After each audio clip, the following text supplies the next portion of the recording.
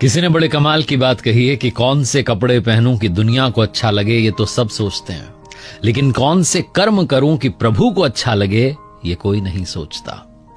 नमस्ते, मैं हूं आरजे कार्तिक, माय एफएम से एक बड़ी छोटी सी कहानी आपको सुनाता हूं।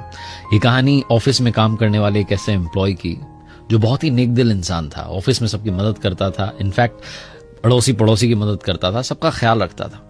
और उसकी आदत थी कि घर जाने के बाद में, डिनर करने के बाद में वो शाम में बाहर निकलता था, अपने साथ में बिस्किट्स के पैकेट लेकर के निकलता था, कभी ब्रेड का पैकेट लेकर के निकलता था, और कॉलोनी में जो स्ट्रीट डॉग्स होते हैं, उनके जो बच्चे होते हैं छोटे छोटे, उनको वो खिलाता था। और उसके पास में जैसे वो पहुंचता था, 7-8 जो है बच्चे कुत्ते के आकर के इकट्ठे हो जाते थे, उनको वो खिलाता था। यही उसकी हैबिट थी कई दिनों से। लेकिन एक दिन ऑफिस में थोड़ा देरी हो गई, उसे चिंता भी सता रही थी कि वो बच्चे इंतजार कर रहे हैं छोटे छोटे। घर पहुंचा, जाकर के उसने सोचा कि डिनर बाद में करूंगा, पहले इन बच्चों के बारे में सोचता हूं, इनका कुछ करता हूं। बिना देरी के वो गया तो उसने देखा कि बिस्किट के पैकेट खत्म हो चुके थे। फिर उसने सोचा कि इनको चपाती खिला देता हूं, तो उसने जाकर के चपाती के छोटे छोटे टुकड़े किए। लेकिन वो जो डॉग्स के बच्चे थे वो खाने को तैयार नहीं, क्योंकि उनकी तो आदत हो गई थी, सिर्फ वो बिस्किट्स खाते थे। अब इसको चिंता सताने लगी कि रोटी खा नहीं रहे हैं, बिस्किट बचा नहीं है, करूं तो करूं क्या। फिर इसे याद आया कि मैंने तो अपने घर में मेहमानों के लिए जो महंगे वाले बिस्किट के पैकेट्स हैं वो शायद ऊपर वाले डिब्बे में रखे। तो उसने देखा तो उसमें उसको पैकेट तो मिल गया, लेकिन उसमें सिर्फ 7-8 ही बिस्किट्स थे। अपनी वाइफ से कह रहा था कि क्या करें, बच्चे जो हैं बड़े परेशान हो रहे हैं, 7-8 तो टोटल बिस्किट्स हैं, उनका पेट भी नहीं भरेगा। इसने बाहर की तरफ पर्दे से खोल करके झांक कर देखा खिड़की में से, तो बाहर वो बच्चे भी बैठे हुए थे।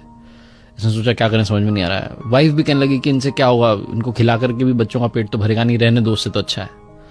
थोड़ी देर ये बैठा रहा, सोचता रहा कि क्या कर सकते हैं। इसने कॉल भी लगा के देखा, लेकिन आसपास की दुकानें सब बंद हो गई थी, रात की 11:30 बज रही थी, और इसका मन नहीं मान रहा था। लग रहा था कि नहीं, उन बच्चों की मदद तो करनी है, करूं तो करूं क्या। फिर इसने कहा चलो जो बचे हैं वही खिला देता हूं जाकर के।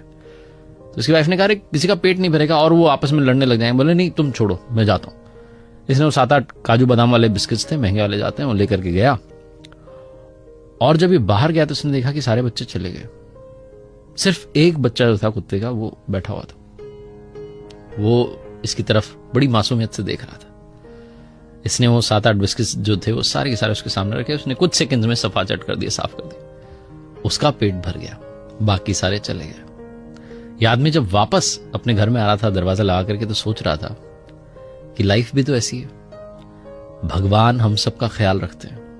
कई बार ख्याल रखने में थोड़ी देरी हो जाती है, तो हम क्या करते हैं, मुंह मोड़ के चले जाते हैं, गुस्सा करने लगते हैं, नाराज हो जाते हैं, उनको उल्टा सीधा कह देते हैं, आप तो ख्याल नहीं रखते, मैं आपकी पूजा नहीं करूंगा, मैं आपसे, आप कुछ नहीं करते मेरा। लेकिन कोई तो होता है ना जो रुका रहता है, विश्वास रखता है कि सब अच्छा होगा।